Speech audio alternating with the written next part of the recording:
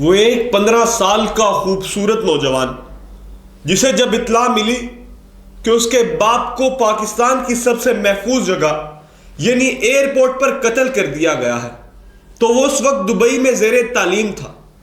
باپ سے جدائی کا غم اور خاندانی بزنس کے درمیان اس بچے کے سر پر دشمنی کا تاج پہنا دیا گیا۔ ایک طرف خاندانی دشمنی، دوسری طرف کروڑوں کا بزنس، اور اس سب سے بڑھ کر اس دشمنی کا خوف جس نے ان کی 3 نسلوں کو تباہ کر دی۔ اس تمام میں پروان چڑھنا آسان کام نہیں تھا۔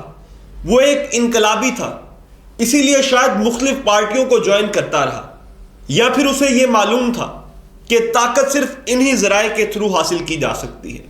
جی ہاں، میں بات کر رہا ہوں امیر بلاچ کی۔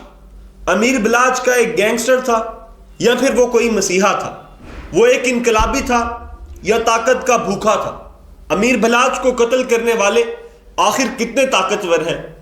آخر 3 نسلوں کی تباہی کے بعد کیا امیر بلاچ کے خاندان نے ان کا کوئی شخص نہیں مارا؟ یہ تمام چیزیں جاننے سے پہلے میں ہوں آپ کا ہوسٹ سمجھاتا ہے، اور ہم آپ کے لیے لائے ہیں اسپیشل سیریز ایک کردار کئی کہانیاں۔ اس پہ ہم ان کرداروں کے بارے میں بات کریں گے جو یا تو تاریخ میں کنٹروورشل تھے یا موجودہ سیٹ اپ میں وہ کنٹروورشل ہیں۔ سو اس تمام کو دیکھنے سے پہلے اور اس طرح کی مزید کہانیوں کے لیے ہمارے چینل کو سبسکرائب کریں تاکہ ہماری آنے والی ویڈیو سب سے پہلے آپ تک پہنچ سکے۔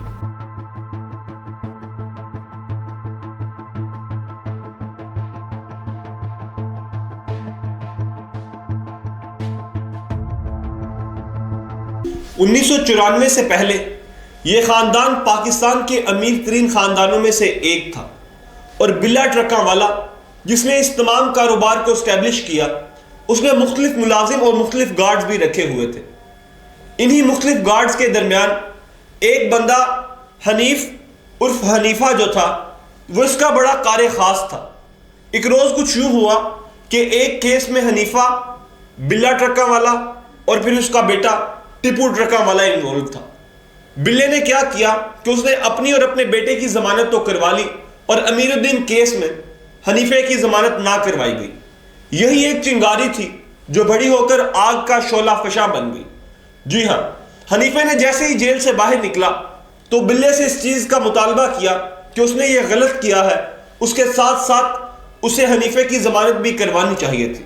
بات شاید یہیں پر رک جاتی، لیکن بلا ٹرکوں والوں کو اپنی دولت پر بہت مان تھا، اس لیے اس نے پولیس والوں کو بلا کر اس کے خاندان والوں کو اچھی خاصی مار پڑوائی۔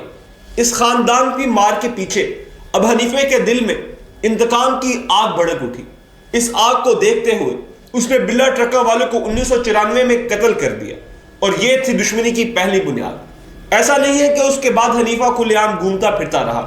حنیفہ کراچی چلا گیا اور کراچی سے جا کر انڈر ورلڈ کا ایک ڈان بننے کی ناکام کوشش کرنے لگا۔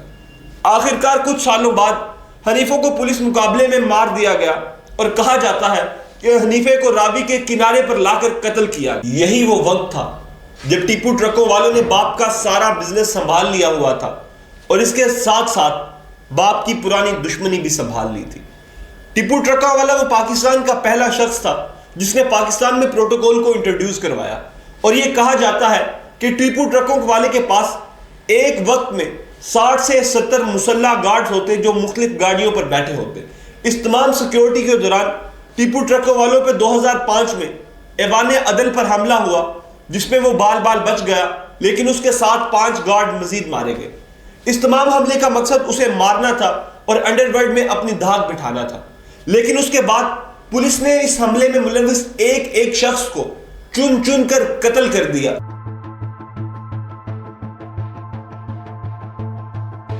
وقت بڑھتا گیا اور دشمنی پلتی گئی۔ آخرکار وہی ہوا کہ 2010 میں ٹیپو ٹرکوں والے کو قتل کر دیا گیا۔ اب ساری باری بلاچ کی تھی۔ بلاچ جو ایک 15 سال کا خوبرو نوجوان تھا، اس نے اس تمام دشمنی کو ختم کرنے کی ٹھانی۔ اس دوران اسے مختلف تھانوں کا چکر کاٹنے پڑے، اس پر مختلف الزامات لگے، اور ایک وقت ایسا بھی آیا کہ گوگی بٹ اور جو باقی دشمن تھے وہ ان کے اتنے قریب ہو گیا کہ شاید صلح کے چانسز بہت بڑھ گئے۔ لیکن وہ کہتے ہیں کہ جب آپ کی دشمنی ہو تب آپ اپنے پاس ایک گن رکھیں، لیکن جب آپ کے پاس آپ کی صلح ہو جائے تو 2 گنز ہونی چاہیے۔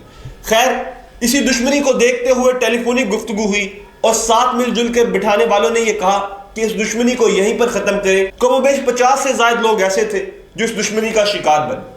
اس دشمنی کو ختم کرنے کی کوششوں کو تب جا کے دھچکا لگا جب حلاج نے گوگی بٹ لوگوں کے گھر کے سامنے جا کر ہوائی فائرنگ کی، اس معاملے کو آن بھی کیا۔ شاید بہلاج کو بہلا کر اس طرف لایا گیا کیونکہ وہ ایک خوبرو نوجوان تھا اور اس کا مار دھاڑ کی طرف، انتشار کی طرف اس کا رجحان بہت کم تھا۔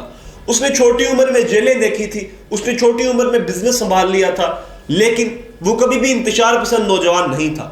پاکستان تحریک انصاف جوائن کی کیونکہ ان کا خاندان جس امیدوار کے سر پر ہاتھ رکھتا وہ امیدوار الیکشن جیت جاتا۔ اسی طرح وقت بڑھنے کے ساتھ ساتھ 9 مئی کے واقعے کے بعد بھلاج نے پاکستان تحریک انصاف کو خیر بات کہہ دیا اور اب کی بات اس نے پاکستان مسلم لیگ نواز دوبارہ سے جوائن کر لی۔ دیکھنے والوں کو بتاتا چلوں کہ ٹیپو ٹرکوں والے کی جماعت بھی پاکستان مسلم لیگ نواز۔